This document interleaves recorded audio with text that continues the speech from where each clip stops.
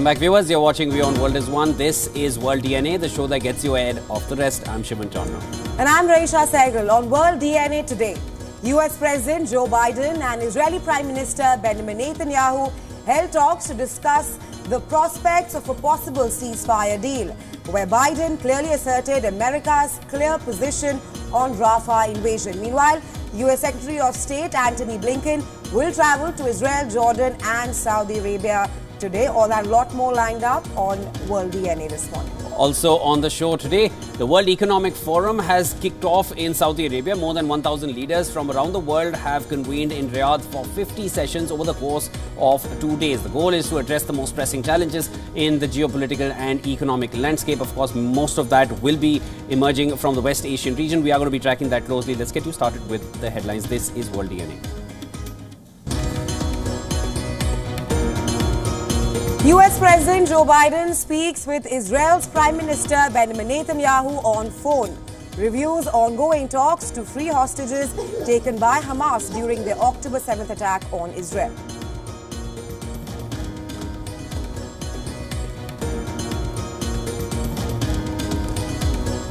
Hamas says there are no major issues with the latest proposal from Israel and Egypt for a Gaza ceasefire. Hamas delegation will respond to the truce proposal during a meeting with Egyptian and Qatari mediators in Cairo today.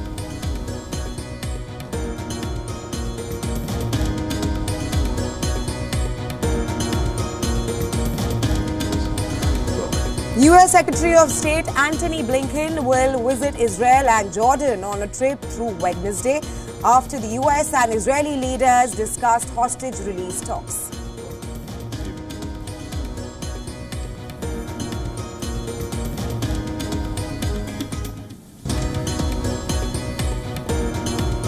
Russia makes gains in the east of Ukraine and is attempting to break through Ukrainian defensive lines before a long-awaited package of US military assistance arrives at the front line.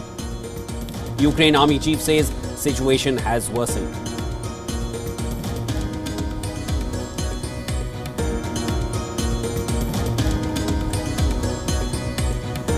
Delhi police files FIR against those spreading fake video of Amit Shah on ending reservation. Police say they are trying to trace the original creator of the video and will question some people who have shared the doctored video.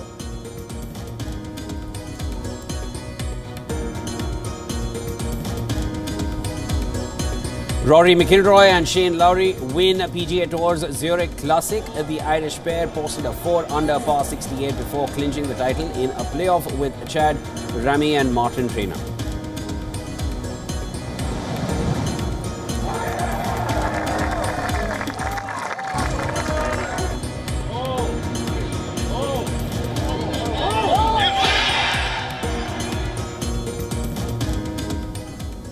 And our top focus in World DNA. US President Joe Biden has spoken with Israeli Prime Minister Benjamin Netanyahu on phone. Well, the White House said that Biden and Netanyahu reviewed talks designed to secure the release of some of the Israeli hostages, coupled with an immediate ceasefire in Gaza. The Israeli government has come under intense pressure from its global allies to reach a ceasefire, as well as from demonstrators from within Israel, demanding the release of hostages. White House said that Biden and Netanyahu also discussed the increase in delivery of humanitarian aid into Gaza. This includes preparations to open new northern crossings starting this week. This comes as the US Central Command and the Royal Jordanian Air Force conducted a combined humanitarian assistance airdrop into northern Gaza. And according to the CENTCOM, the US C-130s dropped over 25,000 ready-to-eat meals in northern Gaza. Additionally, more than 13,000 meal equivalents of Jordanian food supplies were delivered as well. Meanwhile, World Central Kitchen said that it would resume operations in the Gaza Strip today, and this a month after 7 workers of the US-based charity were killed in an Israeli airstrike. Well, Biden, in his call with Netanyahu, asserted his clear position on any Israeli assault on the southern Gaza city of Rafah. Netanyahu has vowed to send troops into Rafah, where more than 1.5 million civilians have taken refuge. This comes as Israeli airstrikes on 3 houses in the southern Gaza city of Rafah killed 13 people and wounded many others. Hamas media outlets put the death toll at 15. Meanwhile, Hamas said it had no major issues after reviewing Israel's latest proposal for a long-sought truce and hostage release deal in the Gaza Strip. Egypt, Qatar and the United States are trying to mediate a new truce for months now. A senior Hamas official said that a delegation will arrive in Egypt today to deliver the group's response to Israel's counter-proposal. On the other hand, U.S. Secretary of State Antony Blinken will expand his trip to West Asia and continue on to Jordan and Israel after visiting Saudi Arabia. The State Department says that Blinken will work on ceasefire efforts, but added that it is Hamas that is standing between the Palestinian people and a ceasefire. That's going to be right at the top of the list for Secretary Blinken, to keep pushing for this temporary ceasefire. We want it to last for about 6 weeks. It would allow for all those hostages to get out, and of course to allow for easier aid access to places in Gaza, particularly up in the north. All right, for more on this, we are being joined by retired Colonel David B. DeRoche, Professor at Northeast South Asia Center for Strategic Studies, National Defense University. He's joining us from Washington, D.C. Colonel, always a pleasure speaking with you. Welcome to World DNA. I wanted to just start with this now. Be it the hostage release talks or U.S. call for an immediate ceasefire, what outcome should one expect from the review between Biden and Netanyahu, which has just been concluded? And when the Israeli Prime Minister is still keen on the Rafah assault, where do you feel they would be reaching at this time during any course of conversation? I think that the most likely outcome is that the Rafah assault will be held off while Blinken makes his rounds of regional capitals and the negotiations go on in Cairo. I think that it's unlikely that the negotiations in Cairo will result in a ceasefire that only lasts as long as hostages are released, because I think Hamas realizes that once it releases the hostages, it will get a full-fledged assault. So I think basically Israel is pausing just at the request of the Biden administration to allow the diplomacy to run its full course. But I'm not very optimistic that we'll see a release of hostages and a permanent ceasefire. Right, Colonel Roche is talking about the talks in Egypt. Hamas says that there are no major issues with the latest proposal from Israel and Egypt for a Gaza ceasefire.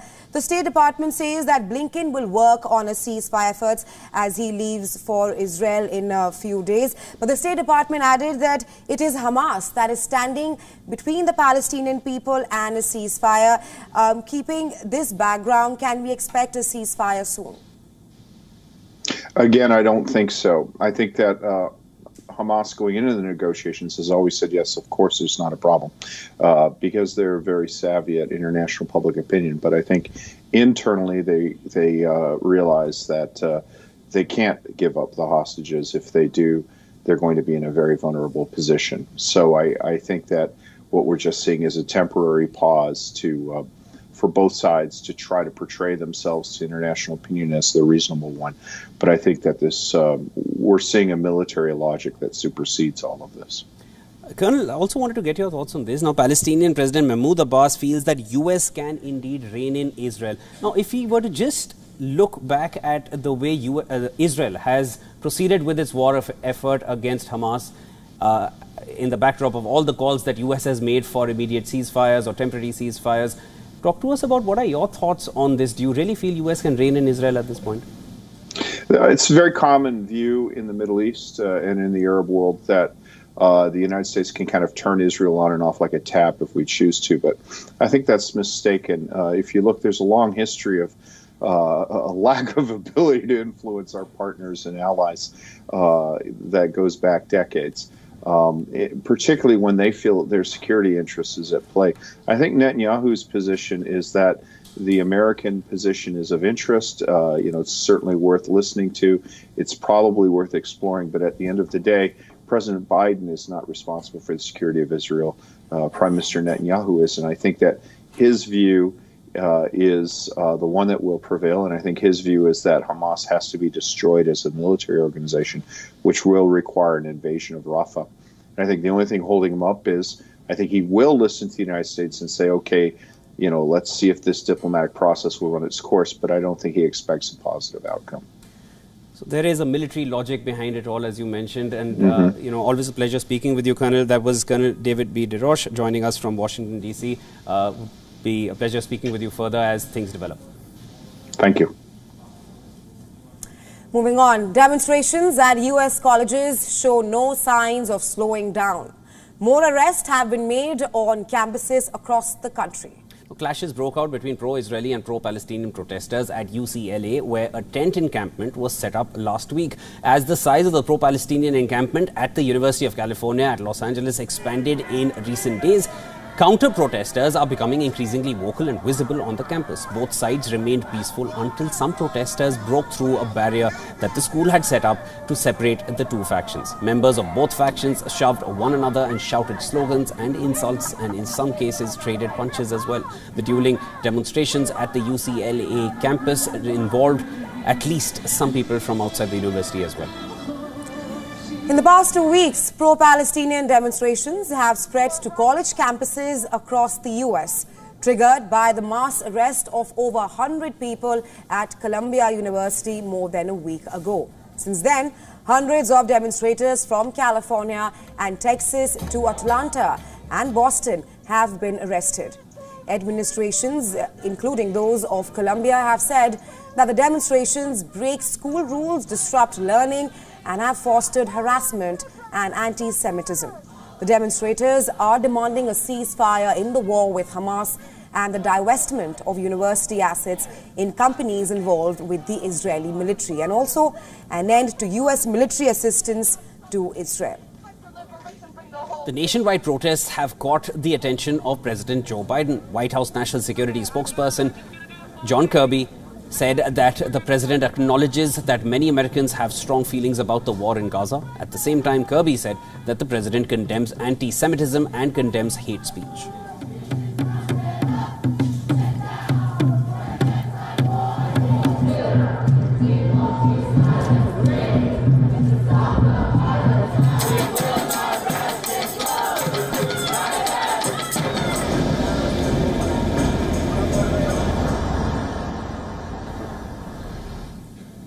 All right, the World Economic Forum has kicked off in Saudi Arabia. More than 1,000 leaders from around the world have convened in Riyadh for 50 sessions over the course of 2 days. And the goal is to address the most pressing challenges in the geopolitical and economic landscape that the world faces. The humanitarian situation in Gaza took center stage at the forum.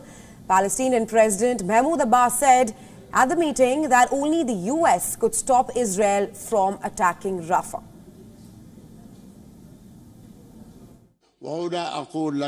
And here I say that what is happening now in Gaza and what will happen in the coming few days is what Israel will do with attacking Rafah, because all the Palestinians from Gaza are gathered in Rafah.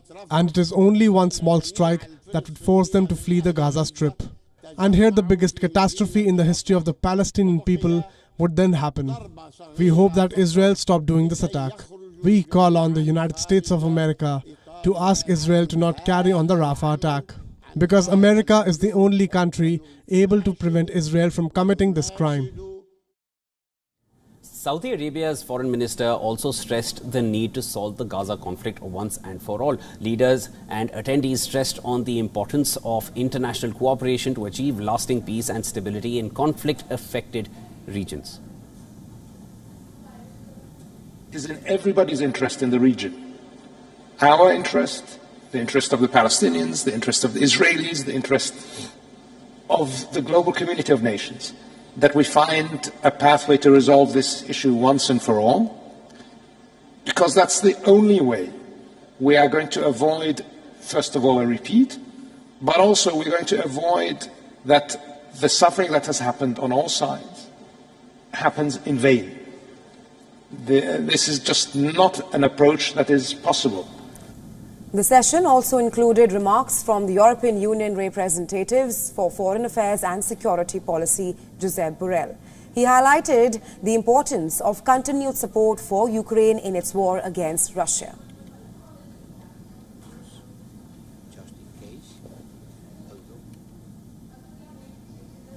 Now, the war in Ukraine is changing gears. Russia is taking advantage in manpower and ammunition. Well, the Russian troops are making gains in eastern parts of Ukraine as Kiev awaits the arrival of much-needed US weapons that it hopes will stabilize the fragile front lines. Russia's defense ministry claims its troops have captured another village in the Donetsk region, which is around 10 kilometers north of Avdiivka, which the Russians seized in the month of February.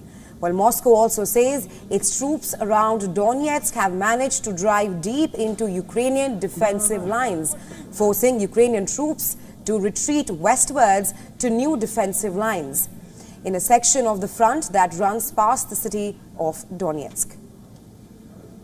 According to reports in the northwest of Avdiivka, Russian brigades have come within about 30 kilometers of the city of Pokrovsk, a Ukrainian military hub, while further north they are attacking the town of Chasiv Yar near Bakhmut, using air-dropped glide bombs to pound Ukrainian positions. With Russia making gains in the battlefield, Ukraine's army leader has now admitted that Kiev's position has worsened on the ground after Russian forces captured another village in the east.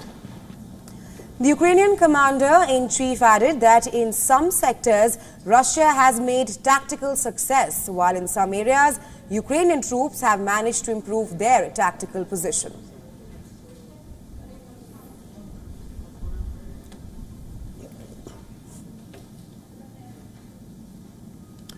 Well, it's been more than 2 years into Russia's full-scale invasion, and Ukraine's mobilization effort is struggling amid flagging enthusiasm.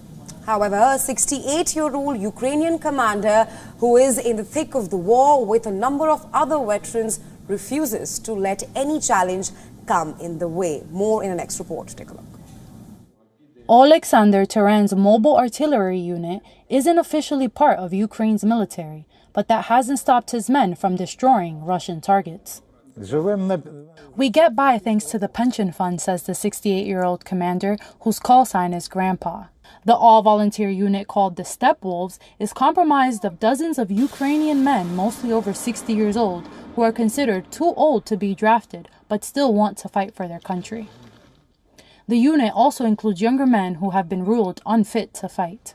Roving behind enemy lines with truck-mounted rocket launchers, they take orders from field commanders and work with other troops despite lacking official support from the military. The unit is funded by donations and is stocked with faulty rounds they repair themselves, as well as weapons captured from the enemy. So far, efforts to officially integrate into the military have been unsuccessful, Taran said. During a recent visit by Reuters to their base in the southeastern Zaporizhia region, they were seen preparing rocket rounds later fired by troops from another unit. This 63-year-old volunteer fighter goes by the call sign Zorro.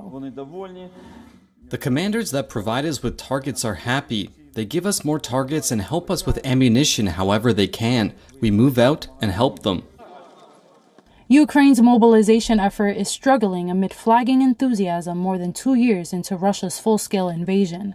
With Russian troops making progress in the east, analysts say Ukraine's shortage of manpower needs to be addressed. Earlier this month, Ukrainian President Volodymyr Zelensky approved new measures allowing the military to call up more troops and strengthen penalties for evasion. He also reduced the mobilization age from 27 to 25. Taran, who has been fighting since 2014, said coercion would be unlikely to beat genuine enthusiasm from a potential recruit. Beat him with a stick if you want, but he won't fight, he says. In other global news, Italy's Prime Minister Giorgia Meloni has announced that she is going to contest in the upcoming European Union Parliament elections. Well, the step will be a major boost for her Brothers of Italy party, though she says she will not take up the seat even if elected. Now, elections to the European Union Parliament will be held from the 6th to the 9th of June. It will prove to be a key test for her 18-month-old rightist coalition. Meloni said at her party's conference in Pescara that she is also the leader of European conservatives who want to play a decisive role in changing the course of European politics.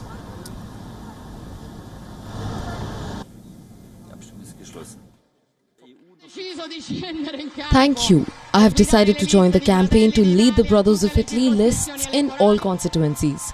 So if I survive, I have decided to lead Brothers of Italy lists in all of the constituencies. I do so because I have dedicated a lot of effort to this European path over the years, even before becoming Prime Minister, and then even more so once I received this great honour. Meloni has, however, pledged that she would not use a single minute of her time as Italy's Prime Minister to campaign. Other leaders in the fray include Democratic parties Ellie Schlein and Antonio Tajani of Forza Italia party.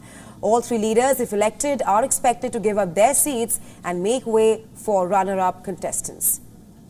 Polls suggest Meloni's party is currently the most popular with 27% support in Italy. It ranks ahead of the opposition Democratic Party, which stands at 20%, with the left-leaning Five Star movement trailing at 16%.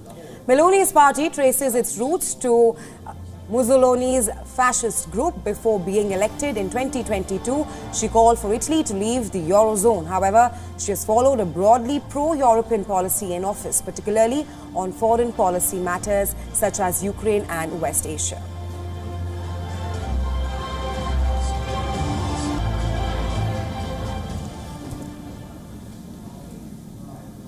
UK's contentious Rwanda bill is set to see action. Now, the Home Office will begin to detain asylum seekers across the country from today. Well, the move comes ahead of the planned deportation to the East African country. In the 2-week operation, the government will assemble refugees nationwide, including from immigration offices, and this is as per a report by The Guardian.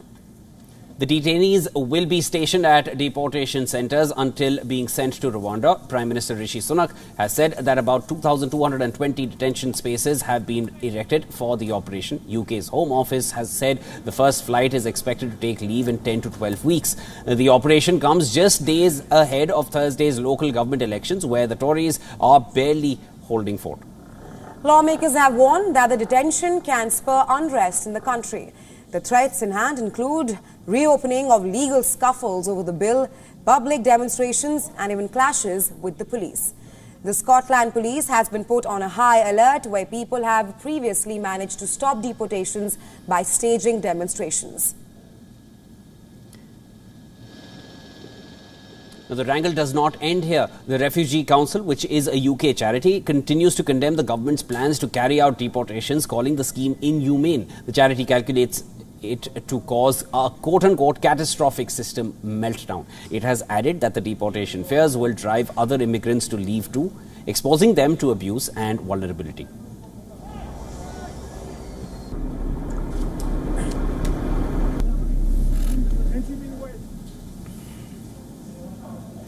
And it's time now for a quick short break, but don't go anywhere. On the other side of World DNA, we will get you a story where the Delhi police has filed FIR against those spreading fake video of Amit Shah on ending reservation. Police say they are trying to trace the creator of the video and will question some people who have shared the doctored video.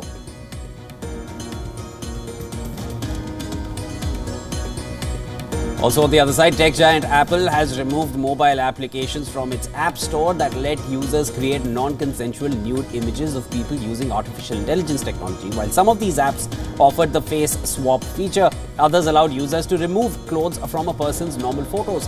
This and more right after this short break.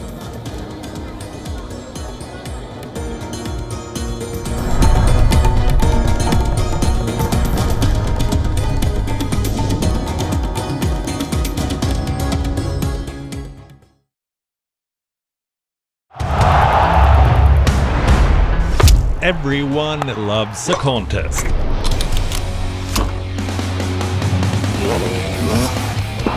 But sport isn't just about victory and defeat. When the GOATs in sport speak, you hear it first on WION. You have to play good cricket over a period of time. I actually pushed myself right out of the damn tournament. We go beyond the stats. Our stories are quoted the world over. At WION, sport is part of our DNA. Come, join us on this journey. Weekdays 6:30 p.m. IST, 1 p.m. GMT.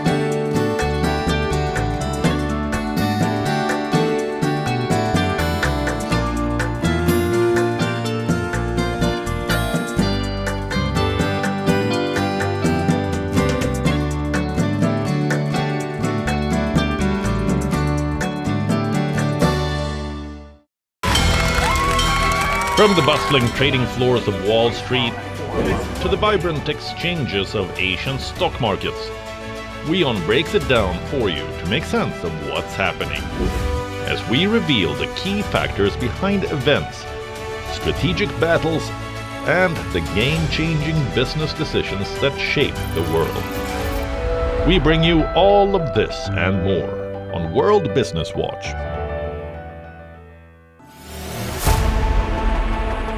Know more, understand better, think ahead. Hello and a very warm welcome. You are watching Gravitas with me, Molly Gambhir.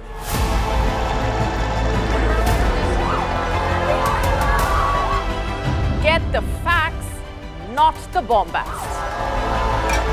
On the 26th of March, dynamic pricing, Baloch separatists, Gravitas cuts out the clutter. Gravitas keeps calm when others scream. Gravitas brings news to life.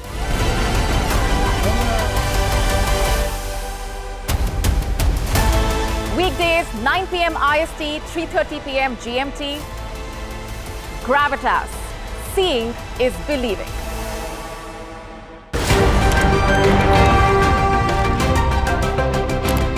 Ready to dive into your daily dose of news? Bringing you what's trending in the West and all that's setting trends in the East. And all of this served up with a side of insightful banter. We don't just bring you the latest stories. We bring you your talking points for the day. And while you do that, from the busy streets of New York, I will provide you with deeper insights on the developments through the course of the day in the U.S. And I will be here at the WION headquarters, getting you all the action from the universe of sport. All that you need to know about your favorite teams and players, right here. The show that keeps you ahead of the global curve. A conversation you'd want to be a part of. A place where news becomes an engaging exchange. We bring you stories that impact your present. This is World DNA. Join the conversation.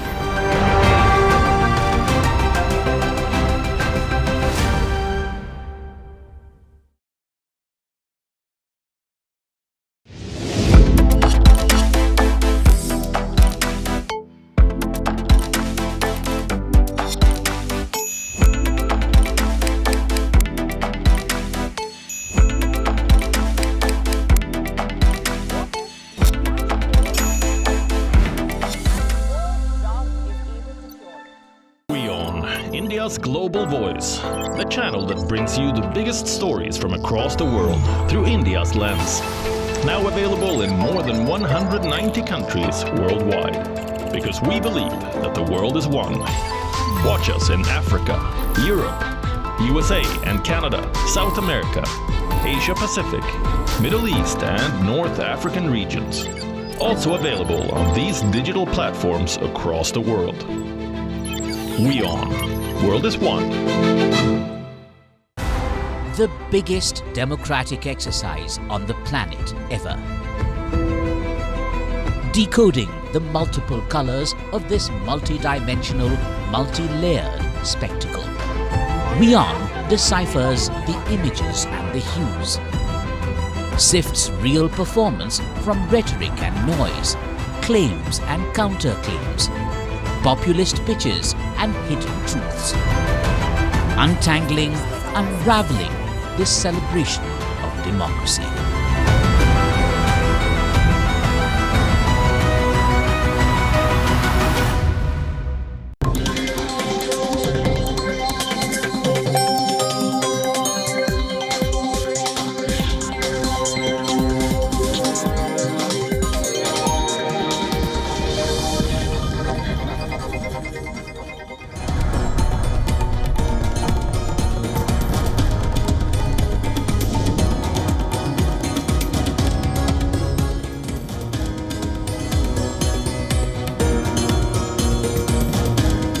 back, viewers. You're watching World DNA with Resha and me, Shivan. Let's get started with the headlines we're tracking for you at this hour.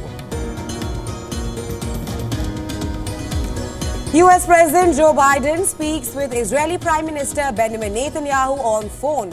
Reviews ongoing talks to free hostages taken by Hamas during their October 7th attack on Israel.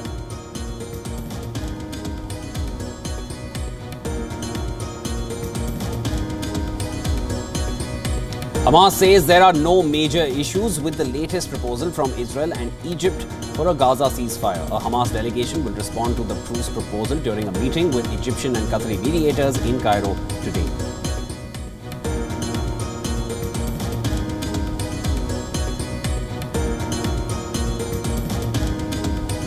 US Secretary of State Antony Blinken will visit Israel and Jordan on a trip through Wednesday after the US and Israeli leaders discussed hostage release talks.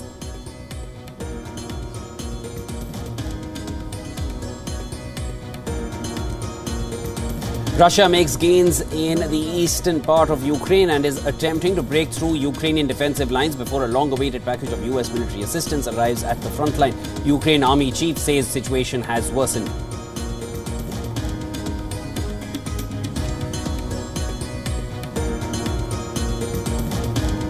Delhi police files FIR against those spreading fake video of Amit Shah on ending reservation. Police say they are trying to trace the creator of the video and will question some people who have shared the doctored video.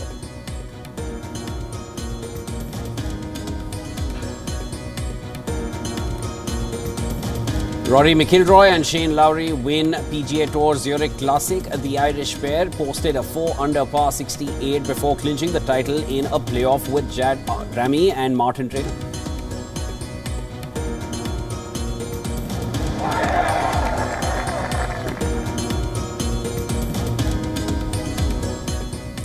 In news from India, Delhi police has registered an FIR in a complaint over a doctored video of Home Minister Amit Shah.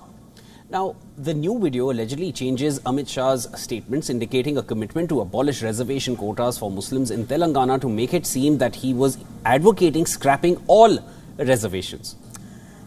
When the doctored video started being circulated on social media, a complaint raised concerns that the video was shared with the intent of creating disharmony among communities, saying that it would affect public law and order.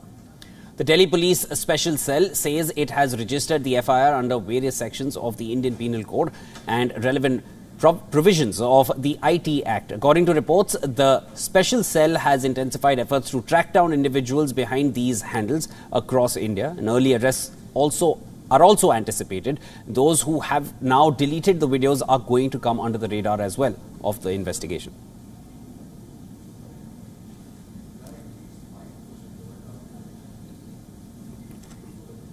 Staying on with stories from India, India's Met Department has issued heatwave warnings for several states in the country.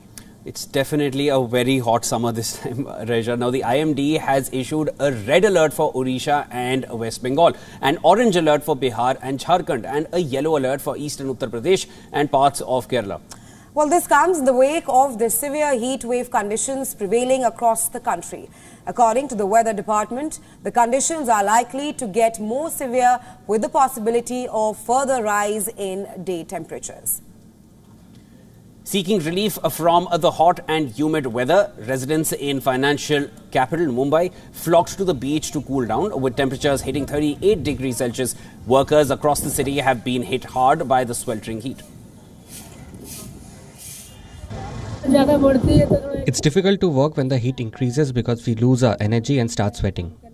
When the temperature rises, it becomes difficult to work as it drains our energy and causes sweating. This sweating can lead to rashes and dizziness, making it difficult to complete our work on time. Fishmongers are bearing the brunt too, as the heat has forced them to sell their goods at a loss. The extreme heat and humidity is expected to last till Tuesday in Mumbai and some of its surrounding regions as well. Zoo authorities in India's northwestern Jaipur city took measures to help animals stay cool amid soaring temperatures in the region. Air coolers, green nets for shade and water sprinklers were set up in cages to maintain the body temperature and metabolic rate of the animals. Now, the black bears and herd of deer were provided with water-based diets, including watermelon and mixed fruit ice cream to avoid dehydration.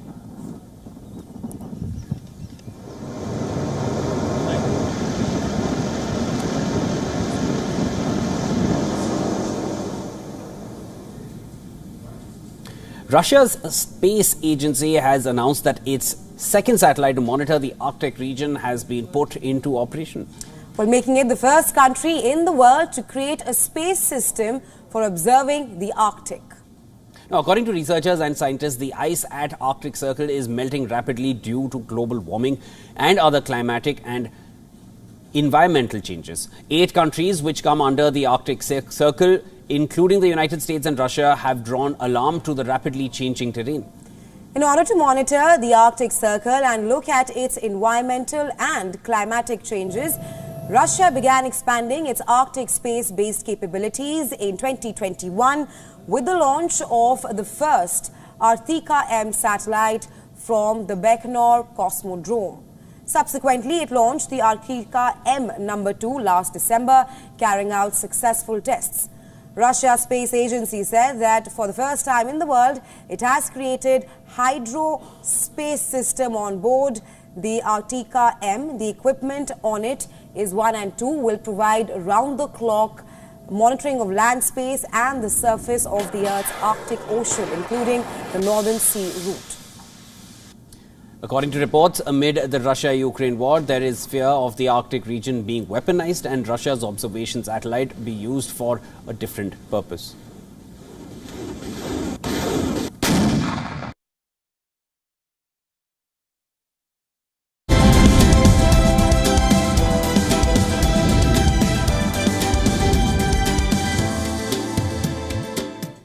On to the world of business now. The IMF's latest regional economic outlook paints a mixed picture for West Asia, North Africa and Pakistan. While economic activity is projected to strengthen from the weak performance in 2023, growth forecasts for 2024 have been revised downward to 2.6%. This slowdown reflects the ongoing conflicts in the region, tighter policy settings in some economies and lower hydrocarbon production as well. Pakistan, included in the outlook, is expected to see a rebound in growth to 2.0% in 2024, following a contraction in 2023. However, this remains below the country's potential. Challenges include the ongoing conflict in Gaza and Israel and also the burden of external debt. Inflation across the region is projected to ease in most economies. However, pockets of high prices, particularly for food, remain a concern. This raises questions about food security in some countries. And now, despite the easing of inflation, external vulnerabilities persist, particularly in middle and low-income economies. Current account deficits, a measure of a country's foreign trade, remain a cause of concern. Pakistan's external buffers, which are its financial reserves used to manage economic shocks, have also deteriorated. This is in part due to ongoing debt service obligations, including euro bond repayments. Additionally, sovereign spreads, a measure of the risk premium on government debt, remain high for Pakistan, indicating a higher risk of default. Amid growing troubles, Pakistan's Prime Minister is discussing a new IMF loan to keep the economy on track. The IMF report highlights some specific challenges faced in West and Central Asia. In Egypt, growth has been revised down due to foreign exchange shortages. However, there are also some positive issues here. Jordan's strong economic fundamentals are expected to support stable growth. The report also explores the impact of tensions on trade patterns. Shifting trade patterns are evident due to factors like the war in Ukraine and disruptions in the Red Sea.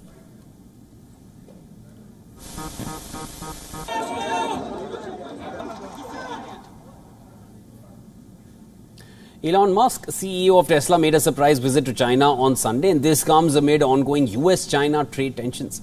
Well, one of the key topics on the agenda is Tesla's full self-driving software.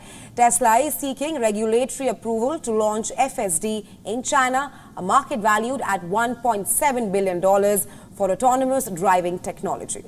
However, Tesla faces several hurdles. Chinese regulations restrict data transfer, posing a challenge as Tesla's FSD training relies on data collected from millions of vehicles globally.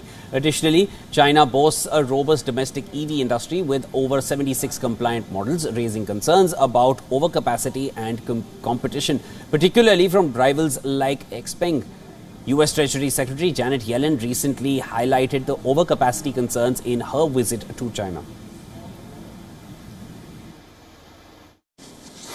I've heard from several foreign counterparts who are concerned that overcapacity is now really growing as a threat, and they share lessons we learned from past episodes where there was Chinese overcapacity, and they're really quite determined to make sure that their industries, particularly EVs, batteries, solar, do not go out of business because of artificially cheap exports from China.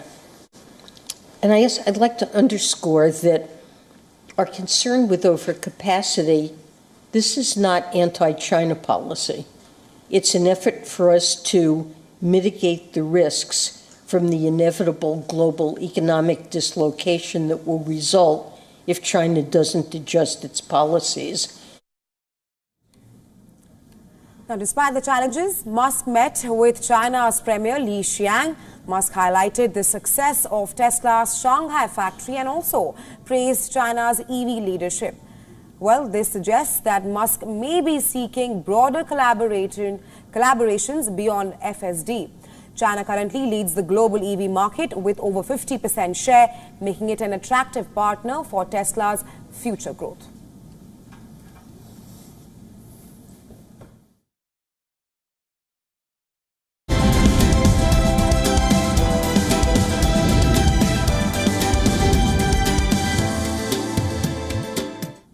Let's see what's making news from the world of technology.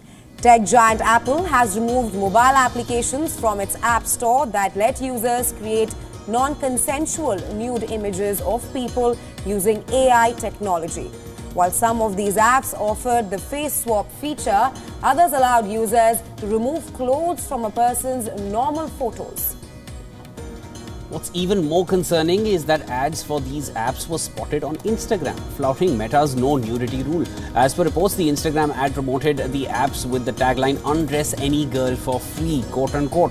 Moreover, the ads directed users to Apple's App Store, where the mobile applications were listed as art generators. According to 404 Media, a tech-focused media company, Apple took action against these apps only after the publication shared the links to the app and their ads. China unveiled its first Sora-level text-to-video large model called Vidu at the 2024 Zhongguancun Forum. The forum is currently underway in Beijing. Well, Vidu can create a 16-second long high-definition video in just one click.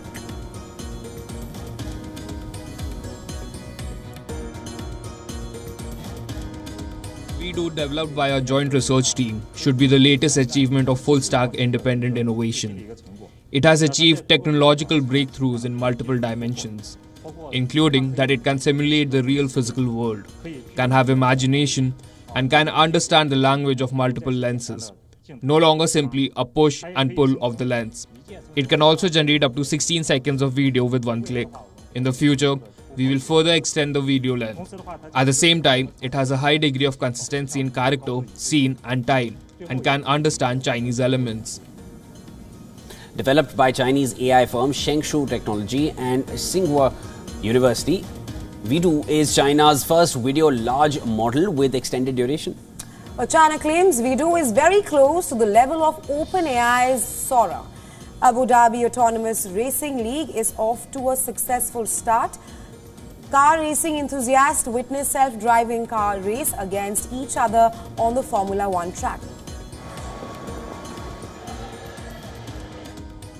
Normally in this track we see the top drivers come and drive a car around the track. Today we have the top coders coming and writing code so that these cars can drive themselves around the track without any human interference whatsoever. A massive challenge, and a challenge to demonstrate what autonomous robotic technology and artificial intelligence can do.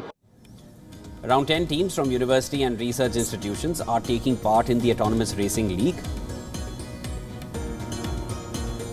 Then on top of the car, we put the eyes and ears of the car. We put GPS, radar, lidar and cameras, and they take in signals of information, form a 3D picture of the track, and then from that the code takes those signals, issues instructions to the actuators, and the car drives around the track. The winning team will walk away with over $2 million cash prize.